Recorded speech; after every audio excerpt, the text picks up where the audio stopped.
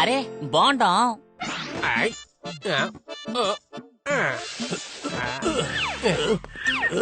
ఏమండి ఆగండి, ఇక్కడ నేను కోసిన కొబ్బరి బొండాన్ని చూసారా? బాగుండవా? ఏం మాట్లాడుతున్నారండి మీరు? నాకదంతా తెలీదు. నేను ఎదిగింది కొబ్బరి బొండాల వల్ల. నీ తెలివితేటలు నా దగ్గర చెల్లవు. చెప్పండి, ఎక్కడ నా కొబ్బరి బొండం? నాకెలా తెలుసు? మీరు బొండాన్ని కనుక్కోండి. బహుశా దానికి కింద పట్టడం ఇష్టం లేదేమో, గాల్లో తేలితేందేమో వెతుక్కోండి. అలాగా? అరే ఏమైంది?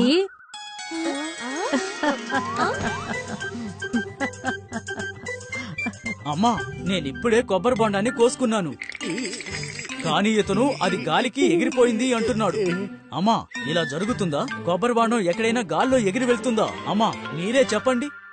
లేదు లేదు, అలా జరిగే అవకాశమే లేదు. ఒకప్పుడు విజయనగరంలో ఇలాగే జరిగింది. నేను ఆ కథ మీకు చెబుతాను. ఒకవేళ కథ విన్న తర్వాత ఆ కొబ్బరికాయ దొరికినా దొరకొచ్చు. Story it's story time with Sudhamma.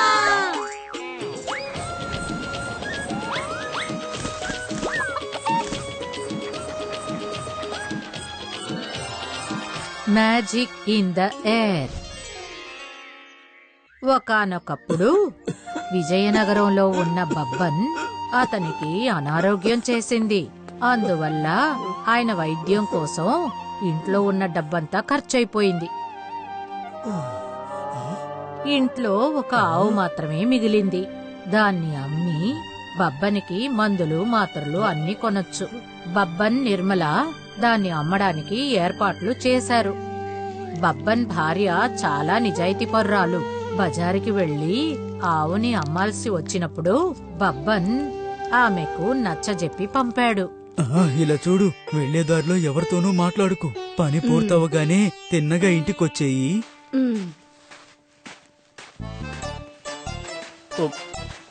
నమస్తే అత్తయ్య. అరే అత్తకి ఏమైంది? పట్టించుకోకుండా వెళ్ళిపోయింది. ఏమైందో ఏంటో.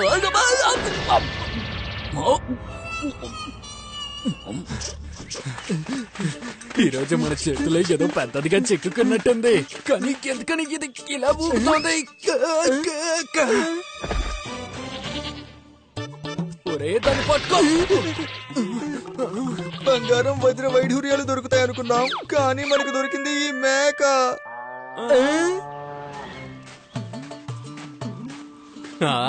ఇప్పుడు ఈ మేకని ఎలా ఆవుగా మారుస్తానో కాస్త వేచి ఉండి చూడు. నిర్మలా చేతిలో ఆవు ఉంది. ఇక మూంగి దగ్గరైతే దాన్ని పొందడానికి కావాల్సిన పథకం ఉంది.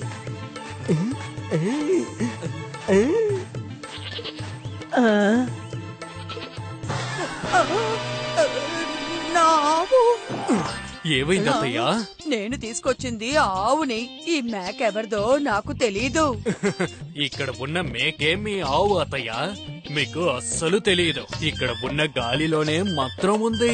గాలి తగిలిన వెంటనే ఆవు మేకైపోయింది. గాలిలో మంత్రం ఉందా? నాతో ఈ విషయం ఎవరు చెప్పలేదే. చూసారా అత్తయ్య నా గేదెని? నా గేదె కూడా ఈ గాలి వల్లే మనిషిగా మారిపోయింది, కానీ ఎప్పటి వరకు బుర్ర మాత్రం పెరగలేదు. ఏంటిది ఇలాగైపోయింది? చుంగి ముంగి ఏ ఆవునైతే మేకగా మార్చారో ఇప్పుడు ఆ మేకని కోడిగా మార్చేశారు. మళ్ళీ ఈ మంత్రపు గాలి. ఇది గాలి మంత్రం కాదు, ఇది చుంగి ముంగిలా చేతి నైపుణ్యమే ఈ మంత్రం. ఇప్పుడు ఈ పాత తాడుని ఎవరయ్యా కొనుక్కుంటారు? ఈ రోజు ఈ గాలి కూడా మన మీద కోపమే. నిర్మలా చెప్పిన కథ అంతా విని బబ్బన్ అర్థం చేసుకున్నాడు. అంటే ఇద్దరూ కలిసి గాలి మంత్రం అన్న కథ చెప్పి తనని మోసం చేశారు అని. ఆ తర్వాత మరుసటి రోజు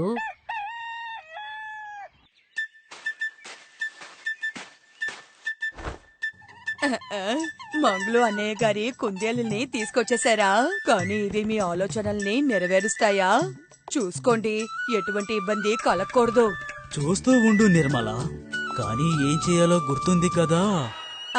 నాకు బాగా గుర్తుంది. నిన్న కూర్చున్న చోటు నుంచే బాగా డబ్బుల్ని చూసాం. ఇక్కడ చుంగీకి ముంగీకి ఒక విషయం తెలీదు. అదేమిటంటే వాళ్ళిద్దరూ ఈ రోజు బాగా ఇరుక్కుంటారు అని. అరెరే మెల్లగా నాన్న మెల్లగా.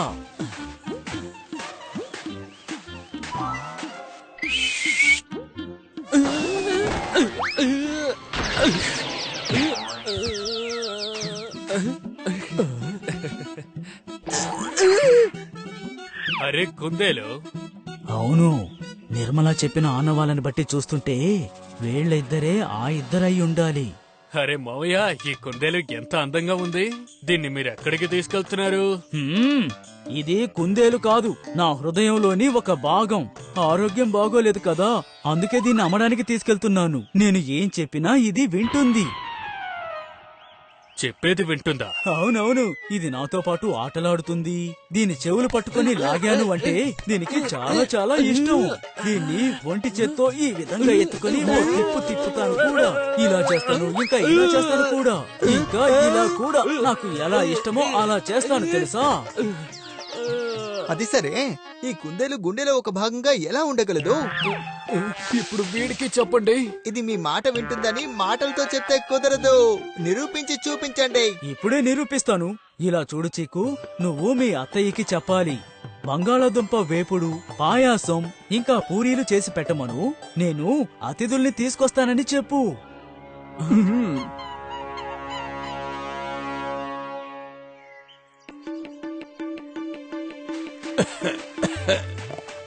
నిర్మల, తలుపు తెరువు, మేము వచ్చేసాం.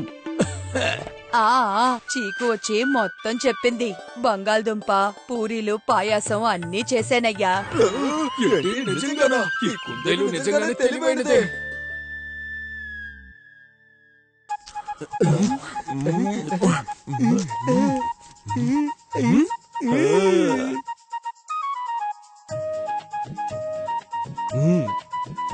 ఇదిగోండి మావయ్య, ఇకపై ఆ కుందేలు మాకు సొంతం.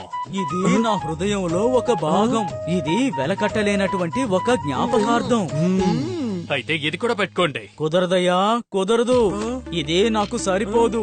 ఇది ఒక అద్భుతమైన ప్రపంచానికి చెందింది. నా దగ్గర గనక డబ్బు ఉండుంటే దీన్ని ఖచ్చితంగా అమ్మేవాణ్ణే కాదు. నేను దీన్ని పెద్ద సంతకి తీసుకువెళ్లి అమ్ముకుంటాను. అయితే ఈ కుందేలు చీకుని రాజు దగ్గర మనం అమ్మాము అనుకో, జీవితం మొత్తం మనం దొంగలించాల్సిన అవసరం ఉండదు. మన నాణ్యాలతో ఆడుకోవచ్చు. ఏమంటావు? సరే, ఇదిగోండి, తీసుకోండి. వద్దు. ఇదిగోండి, తీసుకోండి. ఇవి కూడా తీసుకోండి. ఇదిగో, ఇవి కూడా తీసుకోండి. ఇంకా తీయరా? నా దగ్గర ఇంకేమీ లేవు. ఇదిగోండి, ఈ నాణ్యాలంతా మీకే తీసుకోండి. సరే సరేలే, ఇది చాలు.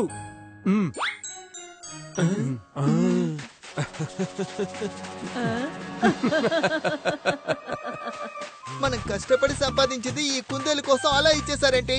నీకంటే దీనికి తెలివెక్కువ. లెక్కల్లో సరిగ్గా ఉంటుంది, డబ్బుల విషయంలో కూడా. చూడు, వెళ్ళిపోయిన డబ్బులంతా ఎలా మన దగ్గరకే తిరిగి వస్తుందని. చీకు, వెళ్ళి ఆ మావయ్య దగ్గర చెప్పు. 10 నిమిషాల్లో మా నాణ్యాల్ని ఆయన తీసుకురాలేదంటే ఆ తర్వాత మే వస్తాం, వచ్చి ఆ నాణ్యాల్ని దొంగిలించుకుంటూ వెళ్ళిపోతాం.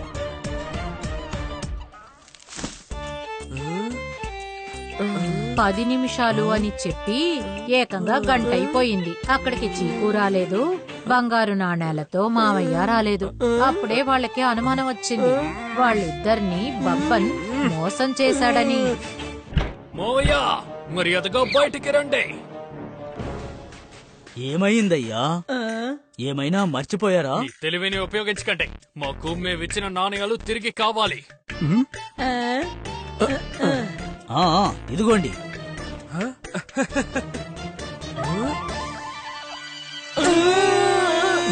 ఇందులో రాయ ఉంది. బంగారమే కదా ఇచ్చారు అంటే మంత్రగాలి సోగ్గానే ఇలా మారిపోయిందనుకుంటాను. అలా గాలిలో మంత్రం ఉంటుందా ఏంటి? అరే ఉందయ్యా, మంత్రపు గాలి తగిలి ఆవు మేక అయింది కదా, అలాగా. ఇంకా మేక కోడిలా మారిపోయింది. అరే, ఈవిడే ఆవు తెచ్చిన అత్తయ్య. అవునే ఇవిడి దగ్గర నుంచి మనం దొంగలించాం. కాపలాదారులు ఎంతో దూరం వెళ్ళుండరు. వాళ్ళని పిలవమంటారా? మనల్ని వీళ్ళు మోసం చేశారు. సరే సరే బయలుదేరండి, మేము కాసేపు విశ్రాంతి తీసుకోవాలి. నా నాన్నలు. టోపీ, గాలిలో మంత్రాలేవి ఉండవు. ఒకవేళ ఇలా ఉండొచ్చు కదా, ఆ కొబ్బరికాయ గాలిలో ఎగిరిపోకుండా నీ సంచిలో పడిపోయి ఉండొచ్చు కదా. అరే అవును, దొరికేసింది.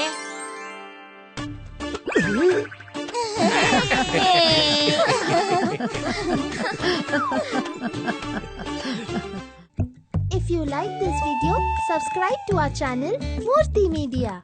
పట్టు మట్టలు నెట్టప్పు మని పడిను చెక్కాదే తిరిగి తిరిగిను నిజంగా నిజంగా కథ వినిపించెను వచ్చా నేను పుల్పు తీపి తినిపించెను చిన్నారి పిల్లను అమ్మమ్మ నాన్నమ్మను చిన్నారి పిల్లను అమ్మమ్మ నాన్నమ్మను